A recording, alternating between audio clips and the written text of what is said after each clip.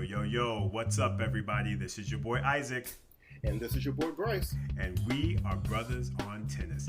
And folks, we are bringing to you tonight a fun episode. This is going to be good, you guys. Man, I'm telling you, if you had any enjoyment out of our top 5 from last week in regards to siblings, trust me when I tell you, you will love this one. This one is all about the rivalries, baby. Oh, yes. Bryce, what you got, man? What about these rivalries, man? I tell you what, before we started, recording tonight, I actually was getting kind of excited because this is what you live for, in tennis, right? The rivalries, your favorite player playing against their rival. That's right. And the back and forth, and I enjoy, and I know you do too, Isaac. I mean, we enjoy watching tennis anyway. Absolutely. But what the rivalries do for you is it really gets you emotionally invested. Right, absolutely. And so that's the way I feel for this episode. So I'm thinking it's going to be a good one. I think you might be right, brother. Yes, sir. So, Bryce, before we get into that, I know that we've got a little bit of a little event or promotion going on. Do you want to kind of share with our listeners a little bit about what we got out there? Because we got a little something out there, a little something. Telling you folks, you want what we got out there. I'm just trying to tell you, you do want it. Yeah, thanks, Isaac. It's kind of funny because, and Isaac, something about our merchandise people just love. Right. I guess it's the logo and maybe how clean it looks or whatever. And for all of you listeners, we will eventually launch on our website our merchandise, and you'll have an opportunity to purchase it from there. I think we're planning on trying to launch that around the time the tour starts back again. Right. The players start back. Yep. But until then, what we're going to do is we're having a little tease here. We're going to do a few giveaways. And right now, we're in the middle of our first giveaway, and that is one of our Brothers on Tennis baseball caps. You can go out there on Instagram and look at our page, and you can see a couple of photos of the hat. Now, you may ask, how can I get one of these hats? How do I enter the giveaway? Yes. Exactly. It's really, really simple. All you have to do is have one of your friends, a family member, an associate, a co-worker, we really don't care, have them... Right? Exactly. We don't care. Do we care what the relationship is? No, we don't care what at it is. all. Have them go out on Instagram and follow Brothers on Tennis. After they've done that, have them send us a direct message, slip into our DM, and give us your username. We will then enter both you and that person in the drawing. And then we will have a drawing, and we will be giving away one of our hats. And actually, we have several hats, so we'll probably do this a couple of times. So you'll have a couple of different chances to win. But I'm telling you, you're going to be one of the first people. You're going to really want to be one of the first people to get one of these Brothers on Tennis hats. You do. I'm trying to tell you, folks, it's a collector's item. So, folks, get on out there. Let's play. Let's do it. Yeah. So, Bryce, I know that there's some news. We've got a couple things in the world of tennis that has come out. And I know that you've got a little bit of information on that. So why don't you share that with our listeners as well? Okay. So it's kind of interesting during this whole Rona time period. We don't have a lot of information to share. So it's interesting with each episode to just have one or two nuggets of things to share with you. So I have 2 items today. And the first one is Vanya King. American tennis player. I'm sure many of you are aware of her. She had plans this year to retire at the Charleston, South Carolina tournament. I think it's the Volvo Open.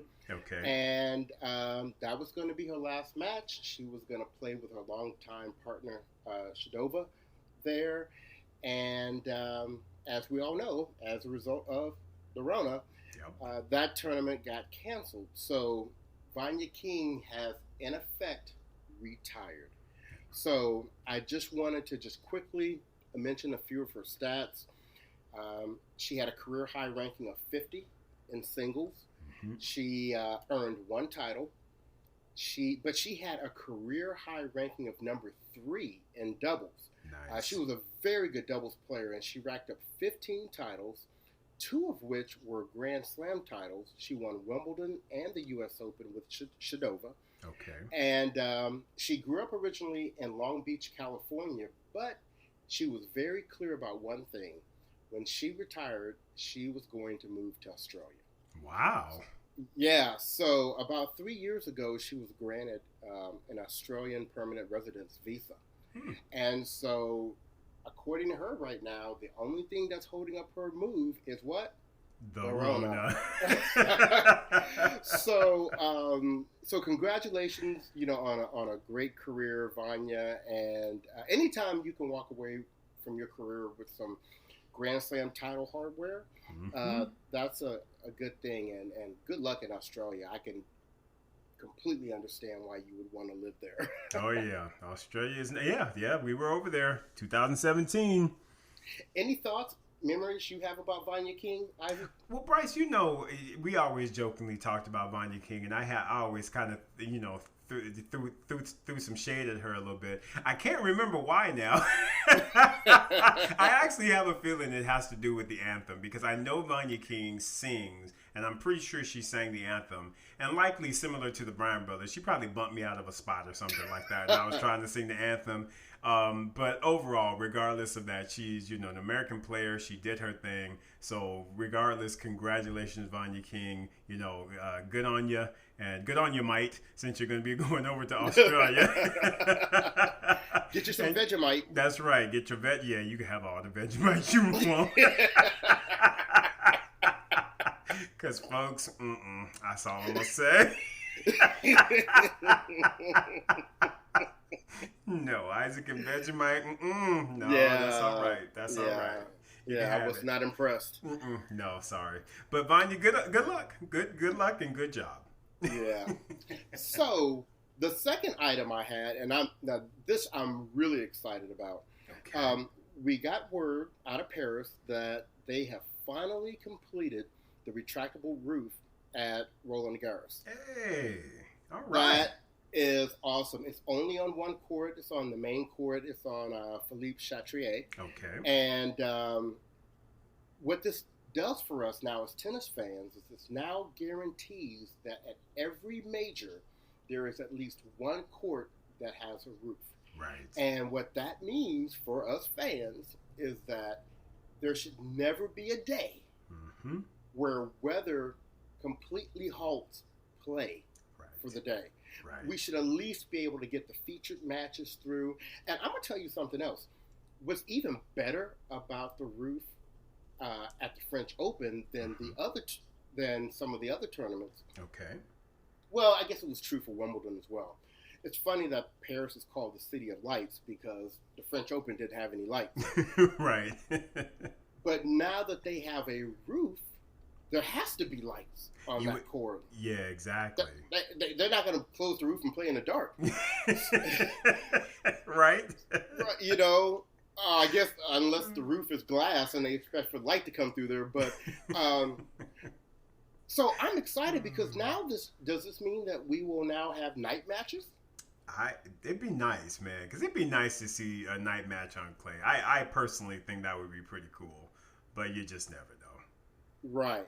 So anyway, it looks like they would have met the deadline of the French Open for this year if it had moved. But like you were saying to me earlier, Isaac, it may really come in very useful if the French Open happens at the end of September because they may have much more inclement weather during that time of the year.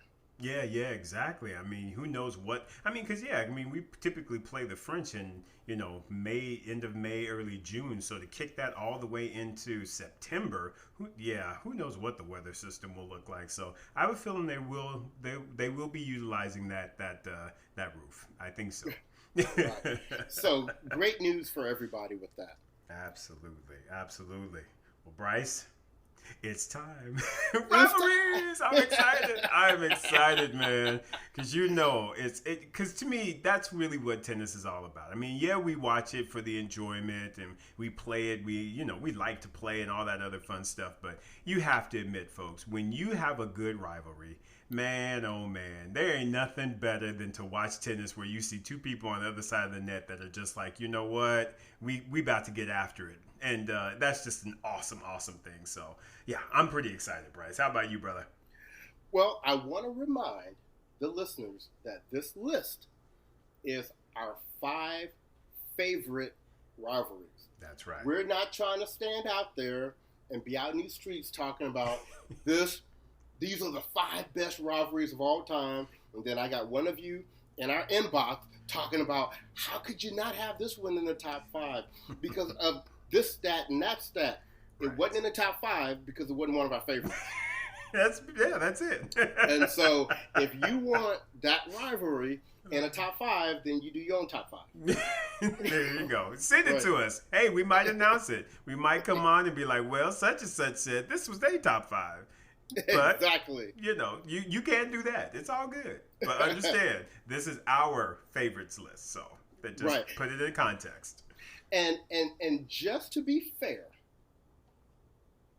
we are going to start this off by acknowledging 3 rivalries that may have made your list, but didn't make ours.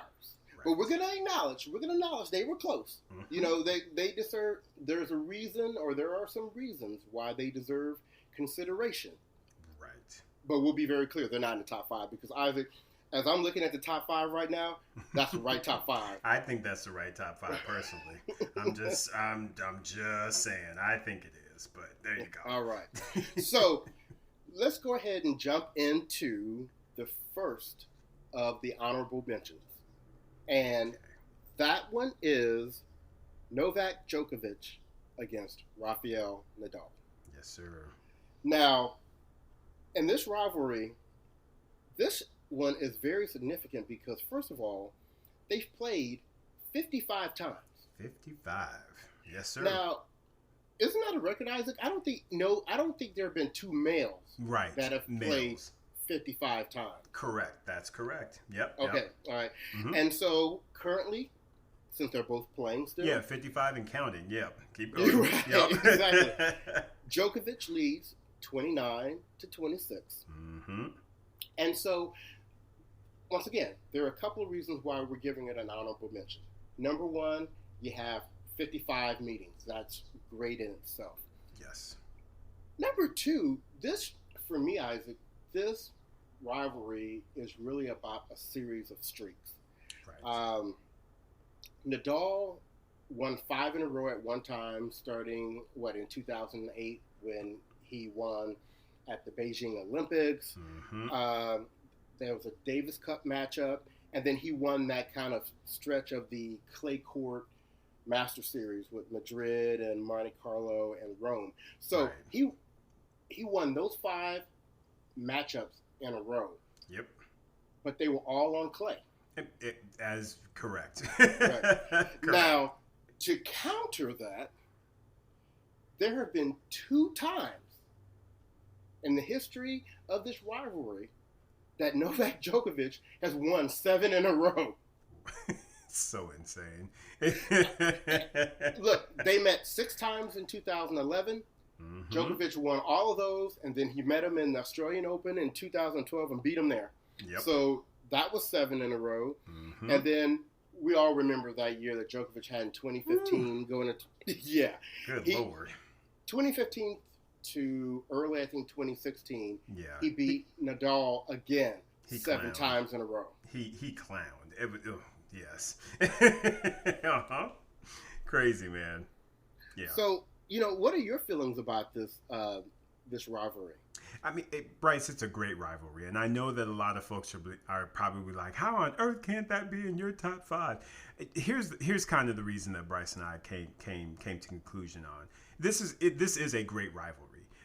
The one thing, though, that you want to always see in a rivalry is contrasting styles. And that's where we are feeling like there's just not enough of that in this particular rivalry. It's good. It's always suspenseful. It's always good. Don't get us wrong. But in this one, it's like you got a baseliner against a baseliner. And yes, you've got, Rafa with all his topspin and Djokovic with his return of serves. And I mean, it makes for good, a good battle. But I just feel like our top five are just a little bit more in regards to the overall contrast and just the level of drama between them. I mean, Rafa and Novak, they're pretty good pals, and so it lacks a little bit in what I consider to be some of those special areas. So while it is a great rivalry, I still feel like the five that we will introduce to you all are just a little bit better. Bryce, do you have any comments to say on it? No, I completely agree with what you're saying, and just to put all of that into layman's terms, their matchups to me are kind of boring.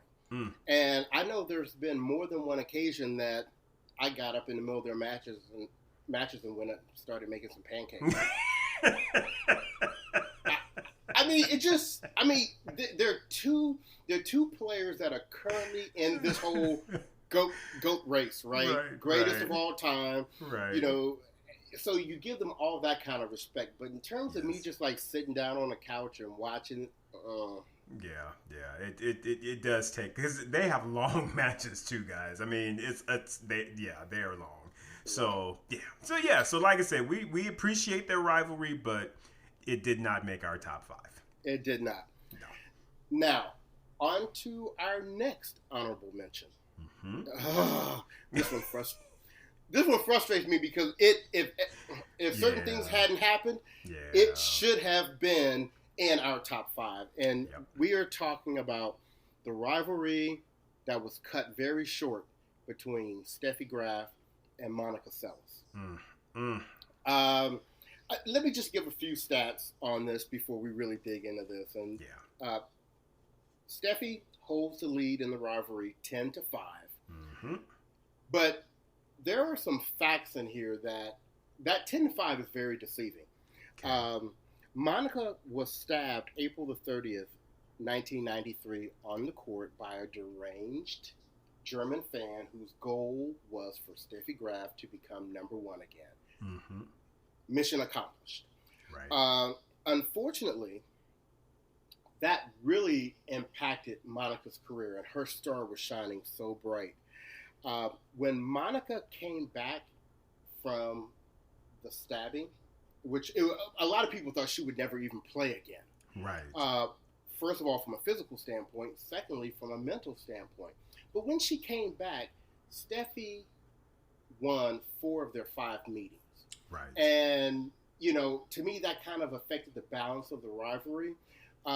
Because Monica, although she did great, I mean, she made 3 Grand Slam finals when she came back, winning one of them in Australia. Right. But she was not the player. And how could she be? That she was before she left. So there's a little bit of an asterisk there for me with those 4 out of 5 wins.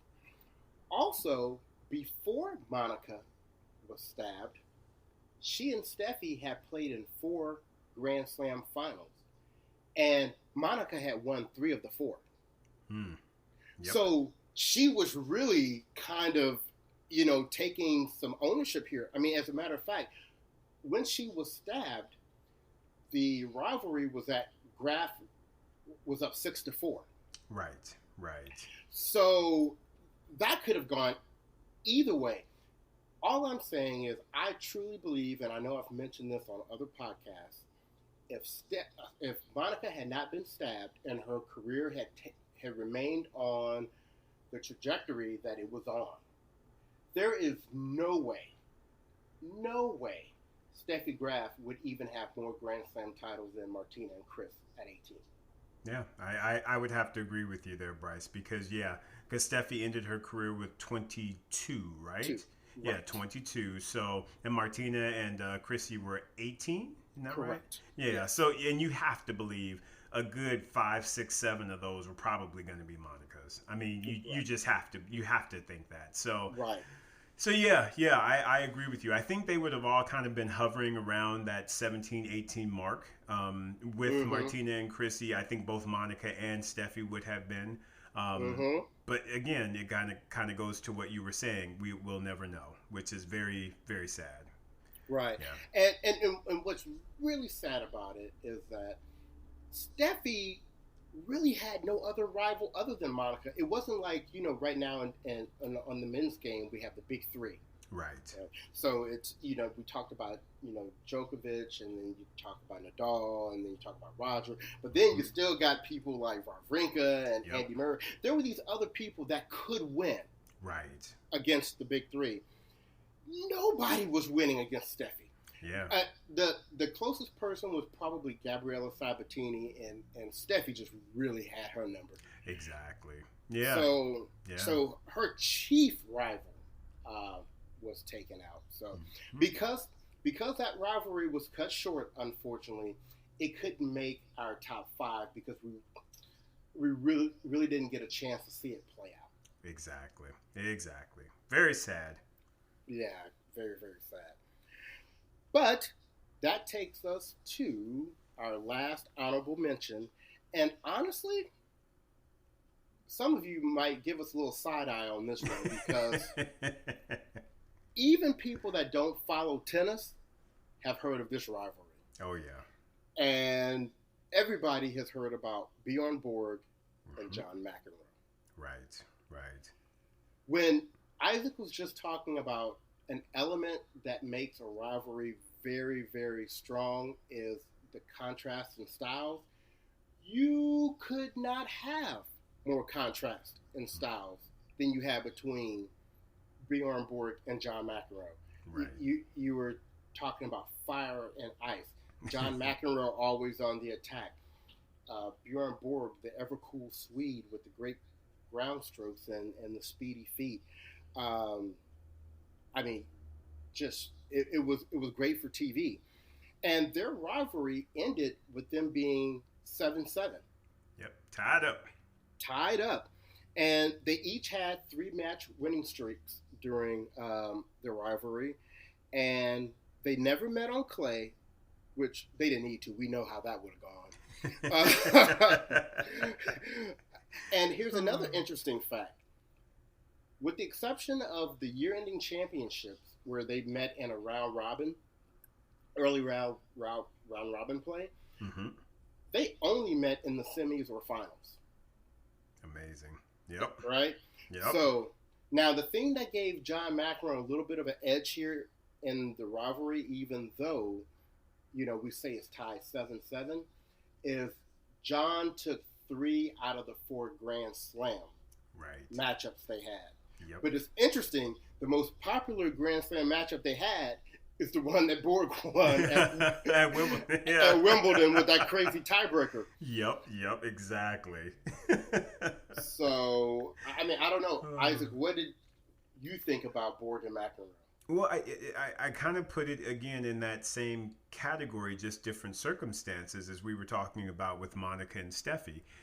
It was a rivalry that unfortunately didn't play itself out. As many of us know, Borg basically said, I'm good, I'm done, I'm burnt out, I'm out, and it just really cut that rivalry short. And to the disappointment of fans and to Johnny Mac, because even he's made several comments of saying, how much he wished that he could have stayed around and played, because he knew that Borg made him a better player and made him, just buckle down more and be better. So when that happened, unfortunately, this rivalry then got cut short. And and honestly, folks, that's really the reason why it didn't make our top 5, is because it didn't live itself out. It didn't live to its fullest, and unfortunately, and that's just disappointing. But it is what it is, But it was a great rivalry, like you said, Bryce. Talk about contrasting styles. Oh my goodness, it's 2 incredible players. Just yeah. I couldn't have said it better than what you said. Fire and ice, baby, fire and ice. and I believe they were the very first tennis match I ever watched on TV. Really? I believe so. I don't know for certain because, memory get kind of fuzzy back in those days. Yeah, I know, right? But I believe it was. So. Okay, gotcha. So here we go, Isaac. Now we're on to the top 5. Our top 5, folks. Beat the drum. And we ain't limping in on number 5. We really aren't, because I mean, because quietly, number 5 is what this podcast is really all about. Let us be clear. Exactly. Well, here's a little hint for you all.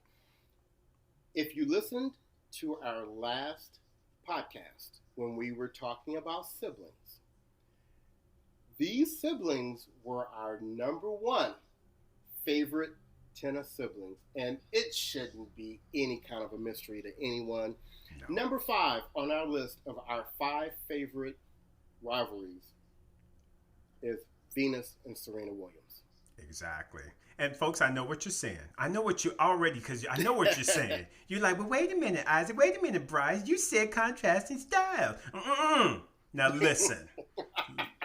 Let us make it clear for you. Ain't no way the queens are not going to make the top 5, first of all. Exactly. Let us be clear about that. So you might as well get that right.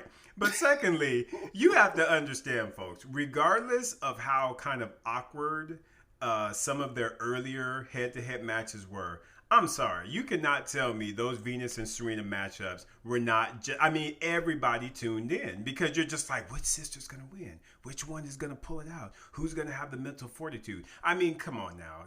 To me, like I said, it never really felt great, because you always wanted both of them to win, and I think each of them wanted the other to win. But it was not Serena. Not Serena. Well, Serena yeah, that's true. Serena wanted to win. That's very true. But I mean, it was a great rivalry, Bryce. And I mean, you're talking 18-12 for Serena. So I mean, it's not like we're talking about 5-5, or you know what I mean. They met 30 times. 30 times. You cannot tell me that's not a great rivalry. Bryce, go on ahead. Talk. Let's go and get into it, brother. Talk to me. Well, I mean, I will argue with anybody that will not say that Venus and Serena Williams, still even to this day, is not the single biggest draw for a match out there. Mm-hmm. Absolutely. There definitely is no other women's match that compares. And to me, with the men, only maybe Rafa and Roger, yes. compare. But when Venus and Serena, first of all, let's just keep it funky, right? When they are in the same tournament, one of the first things the commentators do is they look at where they are in their draw. Exactly. And they already start planning on when they may potentially meet. Mm-hmm. And if they actually end up meeting, like they have 30 times, that is prime time, center court, sold out situation every single time. Agree. That makes it a compelling rivalry just because all of you are so interested in it. I mean, we have never really had in tennis 2 siblings that were at the top of the game. Right. You normally had, one that, kind of overachieved, and maybe let's just use John McEnroe. Right. And then his brother Patrick, who was like, he's all right, He's all right. He did his thing. You didn't have 2 sisters that were both number 1 in the world in singles and doubles. Right. And let's add on to that,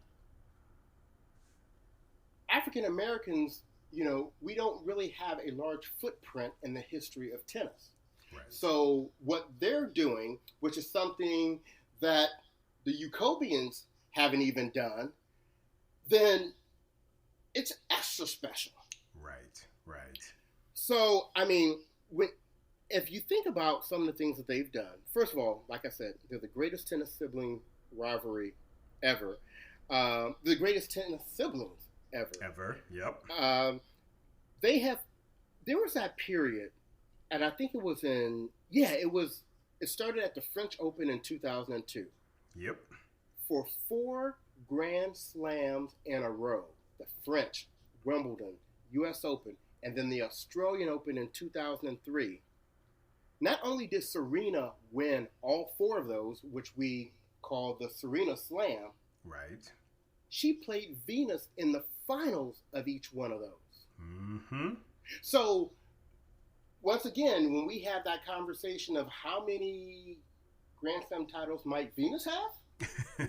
Exactly. I mean, and even when we say they made it to those 4 Grand Slam finals, they didn't make it in the French in 2003, but they made it back again in Wimbledon. Exactly. So what was that? 5 out of the 6? Exactly. In a row. I mean, right. Come on. Now, so crazy. Now, Isaac said the record is 18-12, and I'll be very honest with you. I'm a Venus fan, so, I rock Venus all day long.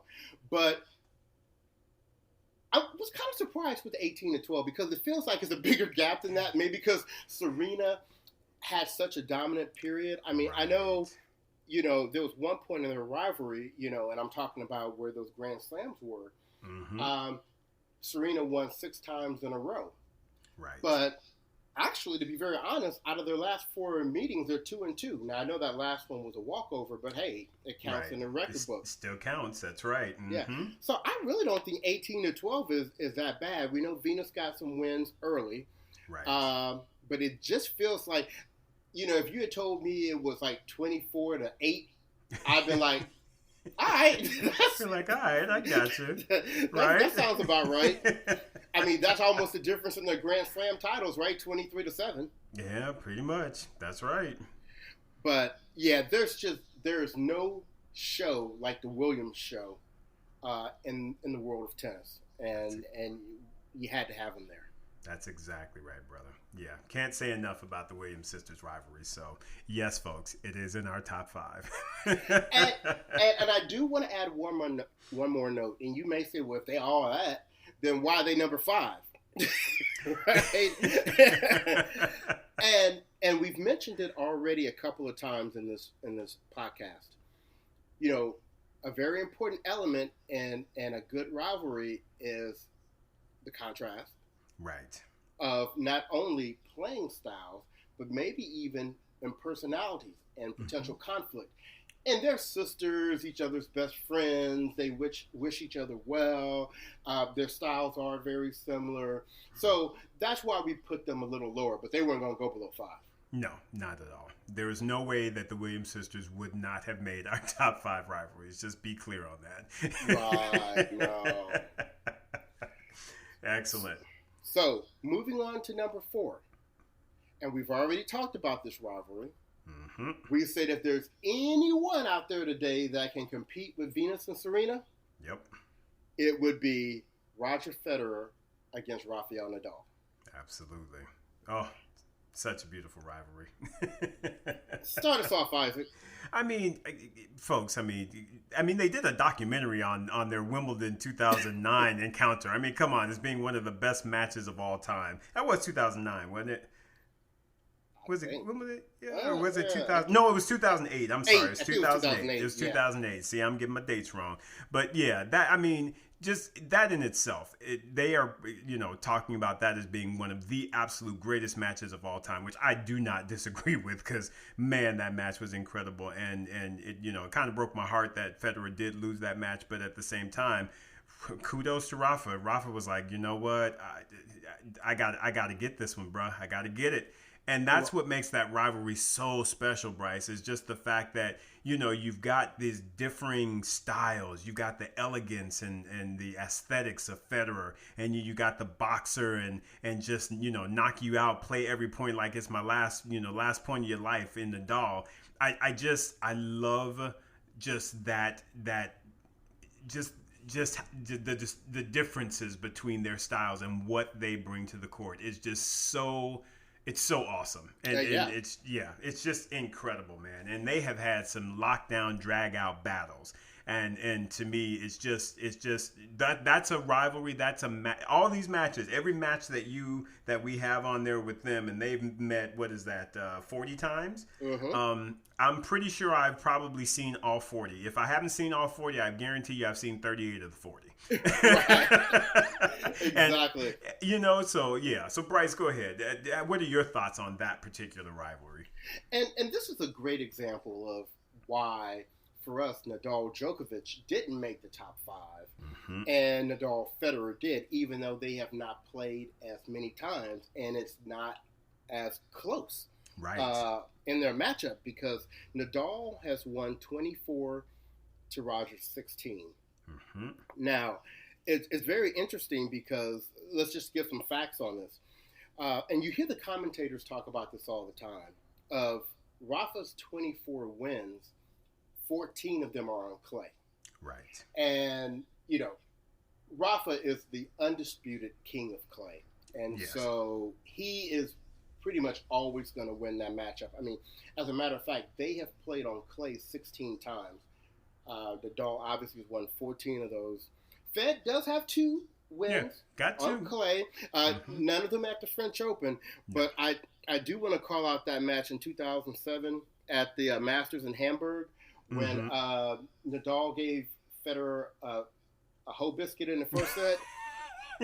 And then Federer came back and gave him a whole biscuit and a bagel. Yes, that's right. Yes, that match was like, It was like, not today, son. Yeah, he was like, I am tired of you in this dirt, and I'm about to feed you. Exactly. My game is in full flight, and you about to get fed. What? Exactly.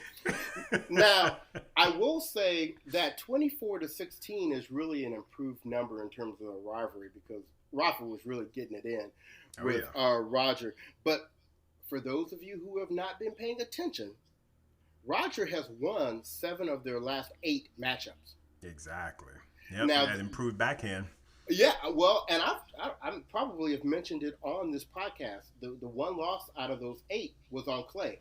Right. I said Roger is not scared of Rafael Nadal on a faster surface now that he's got that backhand. That's right. That's right. He knows what to do now, finally. Right. So, and it's just, I mean, they're the 2 icons of the men's game.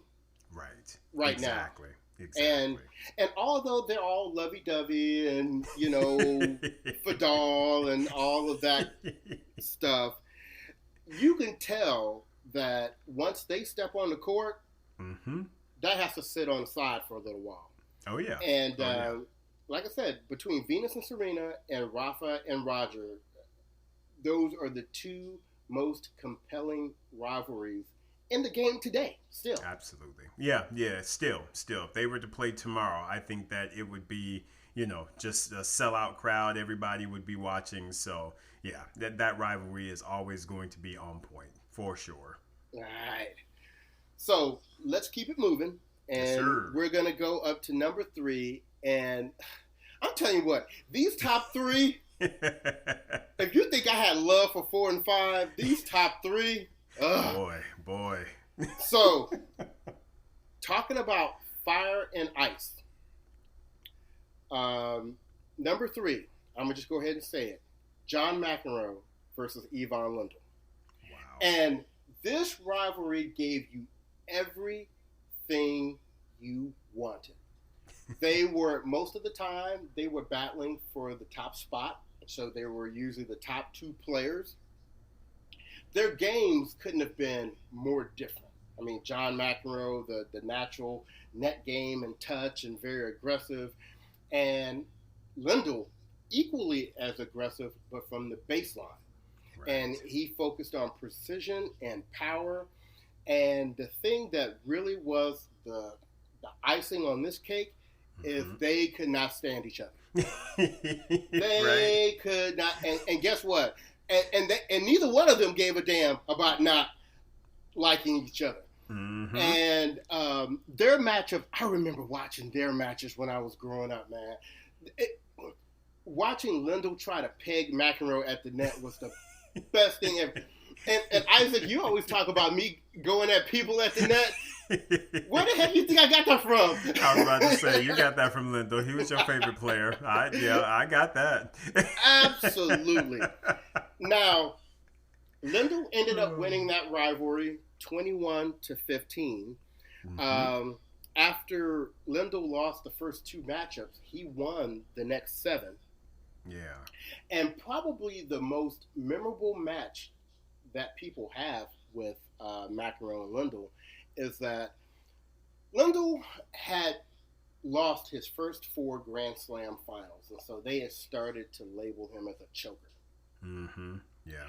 And so in the 1984 French Open, Lindell was playing John McEnroe. And this was supposed to be Lindell's best chance because McEnroe, clay was not his best surface. Lindell was a beast on clay. And Lindell was down 2 sets to love. And I think he was even down a break in the 3rd set. And Lindell was like, not today. And he came back and won that 3rd set 6-4 and the 4th and 5th set 7-5 each. And he got that monkey off his back. And Lindell, his career just took off after that. He went on a tear. Yeah. He just started beating everybody that needed a beating. And he made it to 8 straight U.S. Open finals.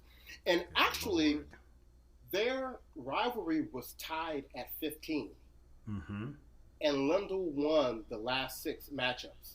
Well, yeah, I kind of saw that. He won like 9 of the last 10 of theirs. It was kind of, it's odd. I was trying to do my research on this, Bryce, and it was interesting that Lindell kind of came in the game beating McEnroe, and then McEnroe kind of had his moment and just kind of dominated. And then towards the end, Lindell was like, like you said, after he won that French, it just seemed like he was like, get out the way. well, in fairness to McEnroe, what ended up happening was, because McEnroe, 84-85. Yeah. Oh, yeah. That was McEnroe's time. He was insane. And remember, he burned himself out. And That's right. He took a 6-month leave from the game. And look, I don't care for what the reason is that you leave the game, whether you're burned out, whether it's an injury or whatever. You are never guaranteed to come back the way you left. And so true. While John McEnroe was off being in bars, playing guitar, and doing all that kind of stuff, Lindell was tightening up his game. Right. And when John came back, he was like, I am not the Yvonne. I am not the Yvonne you remember. Right? Come get some of this backhand. Come get some of this. Come get some of this yum. What? Right. But it was so entertaining to watch because you knew they were not trying to give a single point away to the other person. Right. That's awesome. Looking into this rivalry, Bryce, I was just very impressed. And I've seen some of their matches. Like I said, I didn't necessarily watch Lindell and McEnroe in their prime, but I've seen, YouTube videos and everything of their matches. So I've watched them, on tape, if you will. And man, those were just some gangster matchups, dude. Oh, I used to love. That was my Rafael Roger matchup for me when I was young. Even though I didn't have love for McEnroe at the time, I had to kind of grow into that later. Yeah. But I would be like, Yvonne, beat him, drive him. Now, let's move to number 2, and I bet you watched all of these matches. Oh, yes. One of these 2 is the reason that I really got into tennis and began to love this sport, and that would be Mr. Andre Agassi and Mr. Pete Sampras. Yes. That, Bryce, we've talked about. That rivalry just... I don't know. There was just in my eyes, just something really special about that rivalry, and I understand the differences in styles and everything, and the personality, but there was just something extra about that rivalry that I just loved. I really did. I loved watching them. I loved Andre standing inside the baseline trying to take Pete's serve. And like I said, we've talked about this. Wasn't the biggest Pete Sampras fan, but that serve and that running forehand, oh my goodness. Right. You couldn't deny it. You could not deny that. I mean, that serve and that especially that second serve. Yeah, Pete was clutch. I mean, he brought his game, and it was just always awesome to see the contrasting styles and see who could kind of be on the offensive, because Andre's plan was always to get to Pete's backhand, and Pete's always trying to fire the serve and get a good forehand in. I don't know. For me, that was just a very special matchup, and yeah, it was awesome. And I guess why I think it was so special for me is because I was just getting into tennis at that point. So folks, just FYI, Bryce has been into tennis for a very long time. I didn't get into tennis until probably the mid 90s, and that's kind of when when Andre won that first French Open that he won at Wimbledon first, of course, but when he won the French Open, that's the one where I was like, oh my God, this dude, that's my dude, and I just started watching all his matches, and his matchups against Pete were just, in my eyes, legendary. So I think that's why they meant so much to me, is because my love for tennis was growing so much at that period, and to have that rivalry and just the just the differences in styles, and it just, I cannot say enough about that rivalry, and that's why it is absolutely one of my favorites, man. How about you? How does this one sit for you? Well, Isaac, I feel the same way. To me, Pete and Andre ended up being the next generation of Lindell and McEnroe for me. You know, Pete was McEnroe, who I couldn't stand, and Andre was Lindell, who I loved. Right. And you're right, the contrast in styles, the contrast in personalities, and we know, I don't think they hated each other as much as Lindell and McEnroe did, but it was close. It was pretty close. Yeah, they didn't really care Pete for each other. Yeah, Pete fired that serve at Andre when they was at that charity event. Yeah, exactly. Roger and Rafa sitting there like, what's going on? I know. Just still being kids. Right. And, but, this was an interesting rivalry because Pete ended up getting the edge on this rivalry 20-14. Right. They each had 4-match winning streaks. Pete won both of their matchups on grass, even though, to me, one of their better matches was that 1993 5-setter they had at Wimbledon. Yeah. So it wasn't like, although Pete was kind of viewed as being invincible on grass, Agassi's got a Wimbledon title, and Agassi sure knew how to play him, so that, really helped. But something that we haven't talked about, which I think played maybe the biggest role in this rivalry not being as great as it could have been, is just the story of Andre's career. I mean, Pete, we know Pete came in and was A1 from day one, right? He was singly focused. That's all he wanted to do. And I'll give it to Pete. He got every ounce of juice out of his game and talent that he could. Completely agree. Agassi's over here doing crystal meth. And no, I mean, that's what he said. It's in the book, right?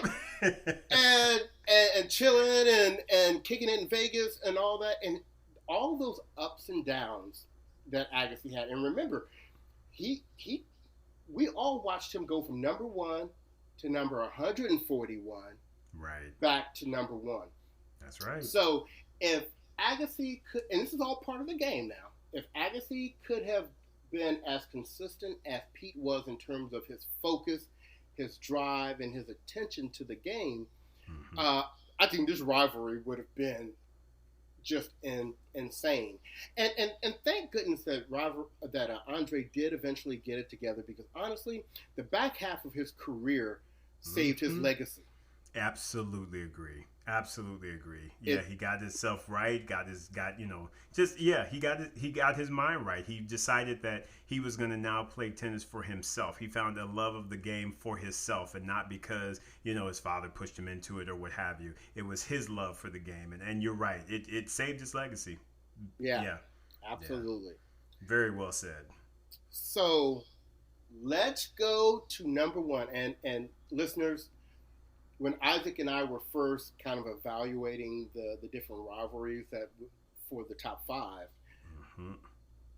we immediately was like, okay, this is number 1, and then we'll figure out where every other one falls, right? But exactly. This is clearly number 1 for us, and I bet you for a lot of people. I'm sorry, I'll step out on a limb on that one. The greatest. We're supposed to say our favorite tennis rivalry, but I'm gonna say the greatest tennis rivalry in the history of the game is Martina Navratilova against Chris Evert. Right. I mean, come on. How can it not be? Okay, we were getting all giddy about Novak and Nadal playing 55 times. Chris and Martina played 80 times. That's 8-0, people. 8-0. And then let's put a little secret sauce on it. 40 of those matchups were in finals. Crazy. 40. So ridiculous. They've met more times in finals than most people have met, period. Exactly. Now, great rivalries. We're talking great rivalries, not just regular rivalries. Great rivalries. Right. I mean, 40, we're talking about the number of times that Federer and Nadal have played in their career. Exactly. More than how many Pete and Andre played. Well, Andre was doing the crystal meth, so. Yeah, that's very true. But now Martina ended up winning this rivalry 43-37. But actually, I'm going to say that was really good for Chris Evert to be that close. Mm-hmm. Because Martina, remember, went on a run of where she beat everybody, including the neighbor's child. I mean, no, let me tell you what. Yeah, it's 1982 to 1984, Martina beat Chris 13 times in a row. Mm-hmm. Yeah. 13 times in a row. 13. I mean, Chris Evert won at the Australian Open in 1982 and did not win again against Martina until 1985 at Key Biscayne. Exactly. I mean... And then lost the next 5 out of 6. I'm trying to tell you. I mean, and you know what? Okay, so this rivalry does have the contrasting styles, right? Yes. Martina at the net all day, every day. Mm-hmm. Chris Evert, the very precise ice maiden who, was very consistent and, had that solid mental fortitude. Oh, yeah. But, and I don't know, maybe because I was younger, I don't know if the general public knew it, but I didn't know they were as good of friends off court as they were. Now, I know Martina said during that period where she had to go in there and knock some heads around, right. She said she had to kind of step back from Chris a little bit because they were too close and, she needed a little more focus to get up on Chris's head. Right. But that it is the classic contrast of styles of two people that rode at the top of the game for really from because Chris retired in 1980. When did Zena send her out? She sent her out in 1989. I think it was 89. Yeah. So we need to remember to keep that out there. Zena was the last person to beat Chris Evert at the U.S. Open. That's right. Yeah. So when Zena showed her the door, they had been playing against each other since the early to mid 70s. Yeah. Isn't that insane? Decades, man. Decades. Yeah, and I just tell you, I mean, you already know that I feel like Martina is the greatest overall tennis player I've ever seen, or I should even say tennis professional. that I've ever seen. And I know I don't always give Chris Everett a lot of love. I mean, Chris has got some records that are insane. I mean, we talk a lot about Nadal being the king of clay. Chris got some clay court records that Nadal ain't touched. Yeah. And quietly, didn't she win like a slam every year for 13 years or some craziness like that? Yeah. I mean, come on now. That's ridiculous. Yeah. So you got to give some love to Chris. She may not be our quote unquote favorite, but yeah, you cannot deny her. She has done some things. And one more thing, just listeners, if you got a free moment, if you're not paying attention at work or something, you're working from home, right? If you want to go to the WTA site, WTAtour.com, and look up the head-to-head matchup between Chris and Martina, and specifically look at that period between 1982 and 1985, make sure you don't eat before you go look at those scores, because there is so much food out there. Martina was feeding Chris consistently. It wasn't like some of these other rivalries where it was like 3 sets. And it's like 0-1, 1-1, 2-0. I mean, Martina was getting it in. I'm telling you. I got your baked goods right here. Navratilova Bakery. Right? I mean, my goodness. That is so ridiculous, man. She was getting it in. So, like I said, just go check that out for your entertainment. And you'll see how dominant Martina was. But crazy. But once again, just to recap, you can't hate on us for this list. Our top 5. Number 5, Venus and Serena Williams.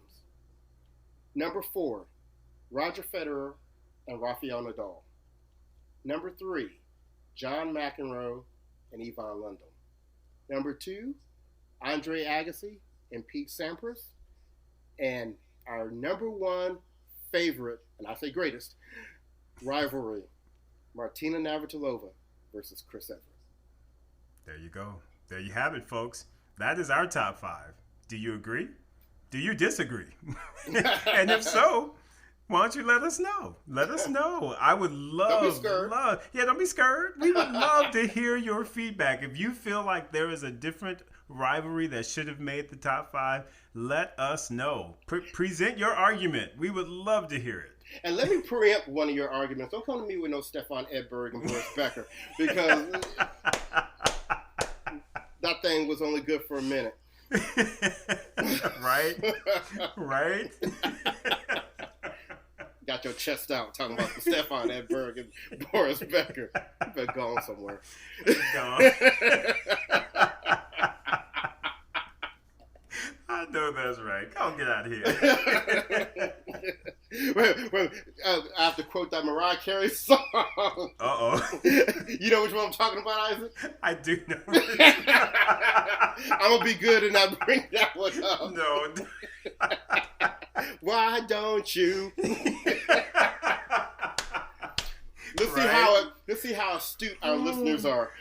Exactly. Yeah, go out and listen to Mariah Carey. You'll know what we're talking about.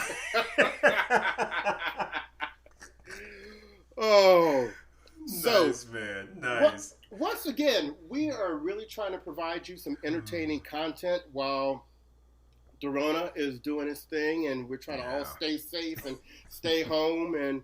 And if you have a list, a top 5 favorites list that you would love to hear Isaac and I do, let us know. Shoot us a message.